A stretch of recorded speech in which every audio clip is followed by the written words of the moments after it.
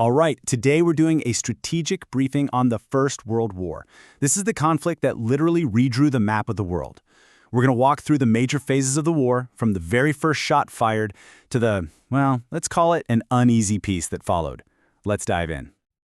So here's how we're going to break this all down, in 5 main parts. First, we'll look at the initial spark and how a series of dominoes fell, plunging a continent into chaos. Then, we'll see how that conflict became a world engulfed in a grinding stalemate. The third part is the game changer. America enters the war and completely turns the tide. That leads to the final offensive, the last big push. And we'll wrap up with the uneasy peace and the attempt to build a new world from the ashes. Okay, first up, the spark and the dominoes. It's kind of crazy to think about, but we're going to see just how one single event, an assassination, could unravel the fragile peace in Europe and trigger a massive continental war. Just look at how fast this all happened. It's wild. On June 28th, the Archduke is assassinated. Exactly 1 month later, you have your first declaration of war. And by early August, armies are already on the move, crossing borders. This wasn't just a slow series of political decisions, it was a lightning-fast chain reaction. That whole complicated web of alliances Europe had built, it acted like a tripwire. The whole continent was basically wired to explode, and this assassination just lit the fuse. And that brings us to our second section, a world engulfed. You see, everyone at the beginning thought this would be a quick war, a war of movement, over by Christmas. Yeah, that idea went right out the window, replaced by the grim, gritty reality of trench warfare and a brutal stalemate. The initial German push into France seemed absolutely unstoppable, but then came the First Battle of the Marne. This battle was a huge turning point. It wasn't a knockout blow for the Allies, but it stopped the Germans cold. And more importantly, it killed any idea of a short, easy war. Neither side could push the other back, so what did they do? They dug in. And that, right there, is the birth of the Western Front, that infamous scar of trenches that would define the rest of the war. By 1915, this thing was exploding way beyond the trenches of France. It was truly going global. Germany tries to starve Britain into submission with U-boats, the Allies open up a whole new front against the Ottoman Empire at Gallipoli, and then a German submarine sinks the passenger ship Lusitania. Over 1,000 people died, including 128 Americans. Now, suddenly, this European conflict has American names in the headlines. At the same time, Italy jumps into the war. So the term World War wasn't just a phrase anymore, it was a reality.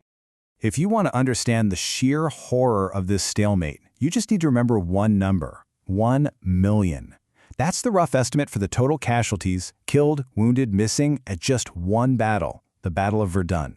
It lasted for almost the entire year. And the goal wasn't even to take territory. It was literally just to bleed the other side dry, to kill so many of their soldiers that their army would just break.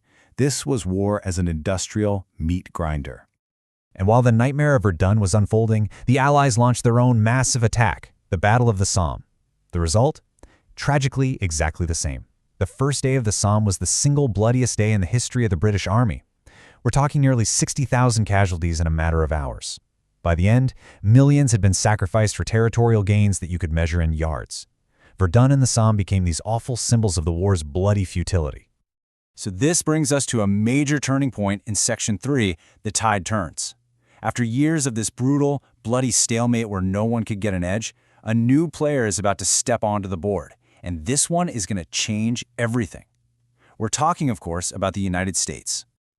So what was the final straw that pulled America in? Well, Germany basically forced their hand. They made a desperate, high-stakes gamble. They announced they were resuming unrestricted submarine warfare, meaning their U-boats would sink any ship heading to Britain, even neutral American ships. And you can see the results right here. February 1st, the policy starts. Just 2 days later, the U.S. cuts all diplomatic ties.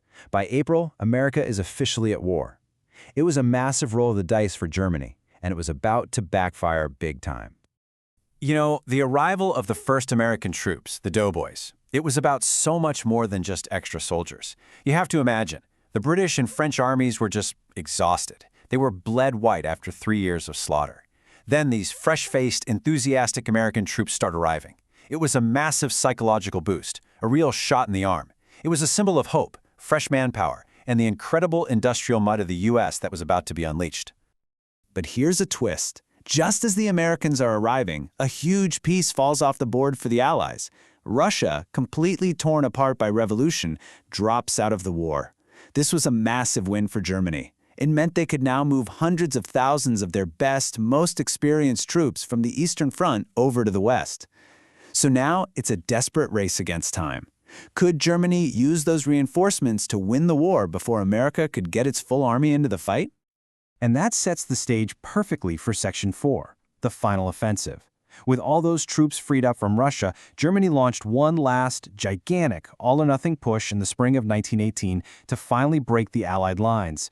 This was the climax of the entire war. This is where the Americans were really thrown into the fire. The German offensive was powerful, and it made some scary headway. But in key battles like Cantigny and Chateau Thierry, American troops helped plug the gaps and stop the advance. Now, these weren't the biggest battles of the war, not by a long shot, but they proved something absolutely vital. The Americans could fight, they were tough, and they were arriving in numbers that Germany just could not hope to match. Once the German offensive ran out of steam, the Allies hit back, and they hit back hard. What followed is known as the 100 Days Offensive, and it was just a relentless, non-stop Allied push. The Americans launched their first major offensive at Saint-Mihiel. Then came the huge Meuse-Argonne offensive, with all the Allies hammering the German lines together. The German army, exhausted, starving, and demoralized, finally started to break. The pressure was just too much. And that leads us to the final moment, November 11th. The armistice is signed. The guns finally fell silent. And that brings us to our final section, an uneasy peace. Because you see, winning the war was one thing, but figuring out how to win the peace, that was going to be a whole different and maybe even harder challenge.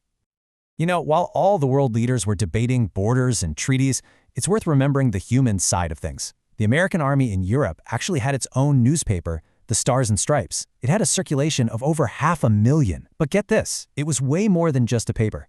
Through the paper, American soldiers raised a ton of money for French war orphans and even helped find adoptive families for thousands of them.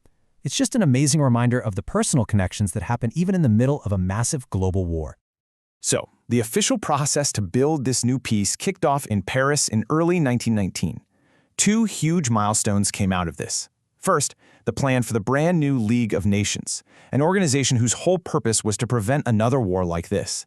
And second, the signing of the Treaty of Versailles. And in a bit of dark poetry, it was signed on June 28th, exactly 5 years to the day after the assassination that started the whole thing.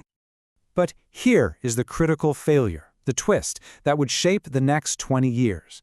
While the rest of the world was signing the treaty, back in the U.S., the Senate refused to ratify it. They voted it down not once, but twice. The big fear for many senators was that joining the League of Nations would mean giving up American independence and getting dragged into every future European squabble. So the biggest champion of the League, President Woodrow Wilson, couldn't even get his own country to join. It was a blow that crippled the organization right from the start. So America's part in the Great War didn't end with that grand ceremony at Versailles. Nope, it just kind of fizzled out. It wasn't until August of 1921, almost 3 years after the fighting stopped, that the U.S. quietly signed its own separate, smaller peace treaties. A pretty anticlimactic ending, all things considered. Which leaves us with one final, huge question to think about. This conflict was famously called the War to End All Wars. But was it really?